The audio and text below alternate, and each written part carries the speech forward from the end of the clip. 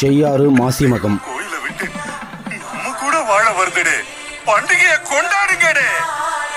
வருஷத்துக்கு ஒரு முறை மட்டுமே நம்ம வேதபுரீஸ்வரர் ஏன் பெருங்கலத்தூர் கிராமத்தில் இருக்கிற அப்பாவு தோப்புக்கு போகிறாருன்னு தெரியுமா? ஆமாங்க, நம்ம வேதபுரீஸ்வரருக்கு சிறுவெளியநல்லூர் கிராமத்தில் இருக்கிற அப்பாவுன்ற மணியக்காரர் பார்த்திங்கன்னா 50 ஏக்கருக்கும் மேலான நிலங்களை வேதபுரீஸ்வரருக்கு எழுதி கொடுத்ததுனால வருஷத்துக்கு ஒரு முறை பெருங்கலத்தூர் கிராமத்தில் இருக்கிற அப்பாவு தோப்பு என்ற குளக்கரையில் ஒரு இரவு தங்கி போகணும்னு ஒரு பட்டை எழுதி கொடுத்துருக்காங்க.